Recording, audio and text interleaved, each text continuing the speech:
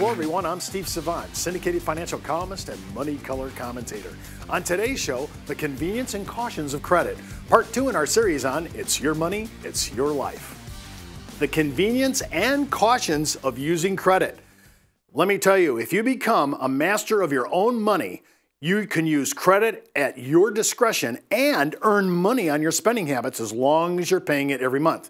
However, we want to be able to give you just a few insights on using good credit. And remember, this has a lot to do with building your good credit history, especially if you're a young person in your 20s. Boy, if I wish I would have known this, I could have saved myself a lot of heartache, and it took me a long road to get up to a great, good FICO score. You could do it right out of the box if you just do a few things.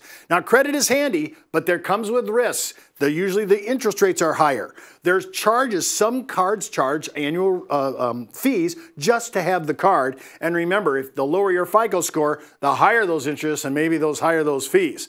So you want to be able to use credit judiciously. The first thing I want to do, though, is I want to look at credit is as credit does, which means you're probably already familiar with using credit. I don't know of anybody, hardly anybody, that doesn't use credit in some way. Could be a car loan, could be a mortgage. That's credit. But credit cards are a different story because you're actually now putting on it on some of them a revolving account that have balance caps on it or ceilings, and you have to be very wise in how you're going to use your credit. And remember, sometimes you can tie your loans or your credits to different collateral accounts. Like I have a CD. I don't see any reason why I can't use that as collateral while I'm taking out a loan without going ahead and cashing in my CD. If I don't have to use my money, I might want to use other people's money, i.e. the bank or the credit card. Just pay it off on time so that I'm not incurring any more interest ever than I have to do. So that's the first thing. And the second thing is, even if you haven't used a credit card or taken a loan, you've probably dealt with transactions that work the same way. Many meal plans or cards in school are very similar to this. So if you're on a meal plan at school or your kids are, you already know this is kind of the way it works, and you kind of get familiar with it even in school.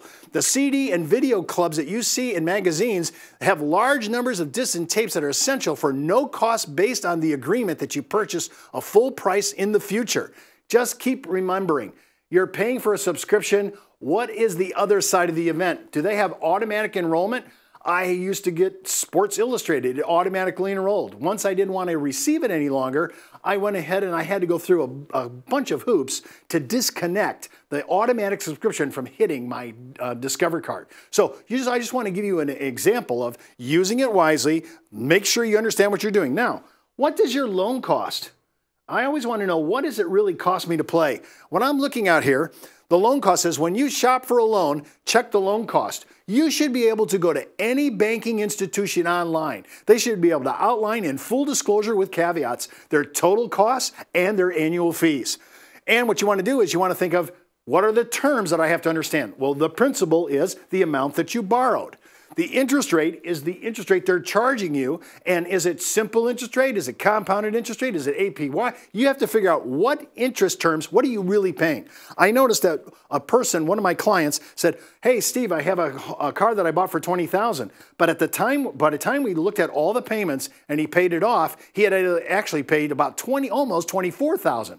So the car was devaluing, and the interest made it pay, the cost of the vehicle is more, so he paid, the swing difference was really high. You have to think, should I have waited a couple more years and paid cash? And some people are doing that now because it's more prudent and there's a lot more thinking. You're getting value for it. Remember, I pull out a brand new car off the lot, it might be depreciating 10, 15%, 20% as soon as I drive it off the lot.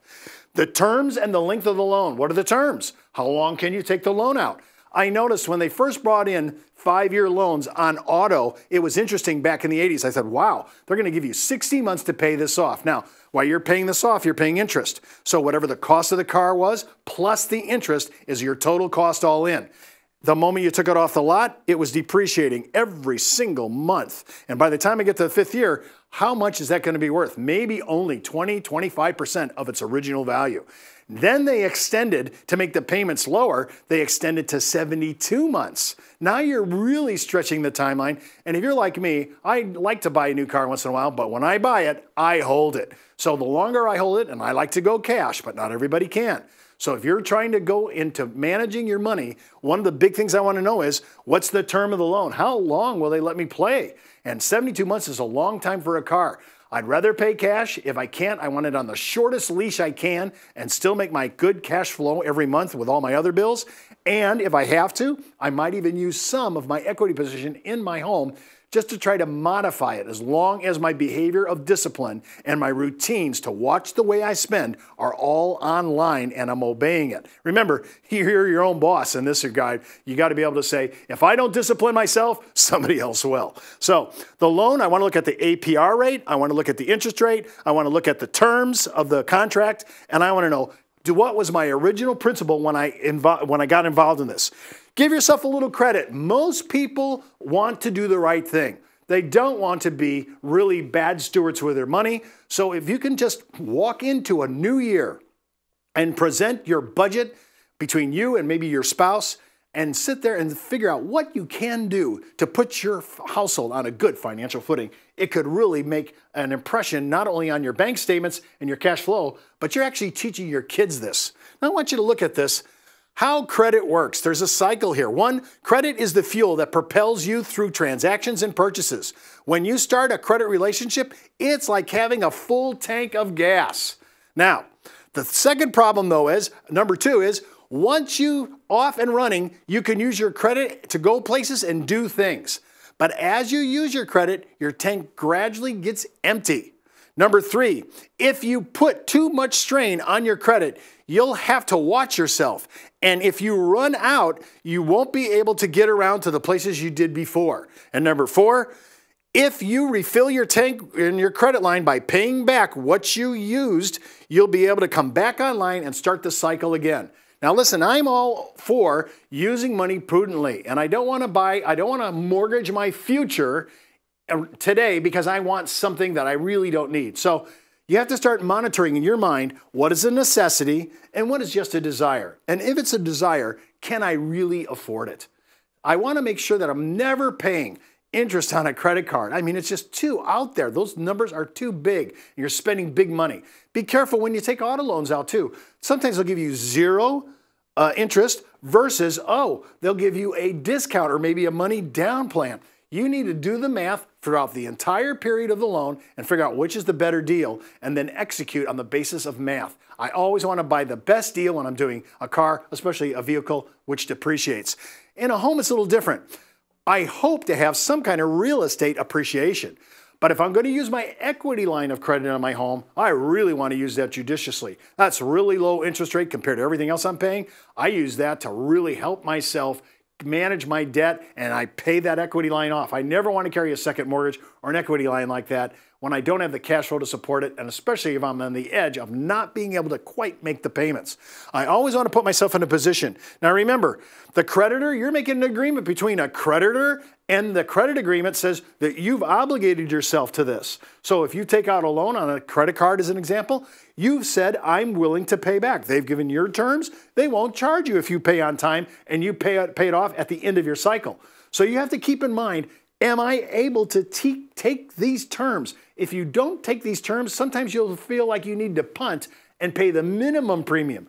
Or minimum payment. When you pay the minimum payment, then you're really paying interest now, big interest. Some of these interests are double digit. Some of them, shockingly, are in their 20%. You don't want to be paying double digit interest ever.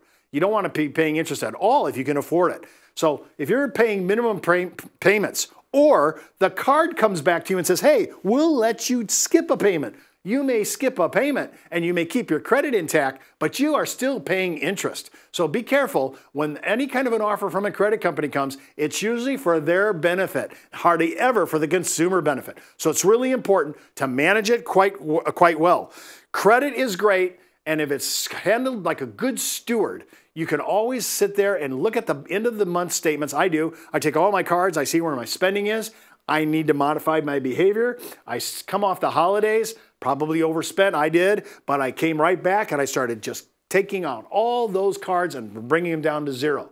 So I always want to do that. And by the way, remember, if you save correctly and you use your credit cards correctly, the credit card bonus money at the end of every month that you're earning because you're paying it off, that could actually pay your holiday spending. Almost for the last 30-something years, I've been using mine to pay my holiday spending. So most of that is being taken care of that. If you manage your credit correctly, it can be a convenience and not a curse. Just be cautionary. Remember, it's for our times when we don't have the cash flow. It's there not to be revolving and start running up $20,000 and $30,000 worth of credit card debt.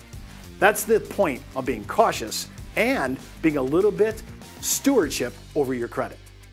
Don't forget to watch our next segment on building a good credit history, part 3 in our series on It's Your Money, It's Your Life. And keep in mind, before moving forward with any of the ideas on our show, always check with your tax consultant, legal counsel, or financial advisor. You've been watching Steve Savant's Money, the name of the game.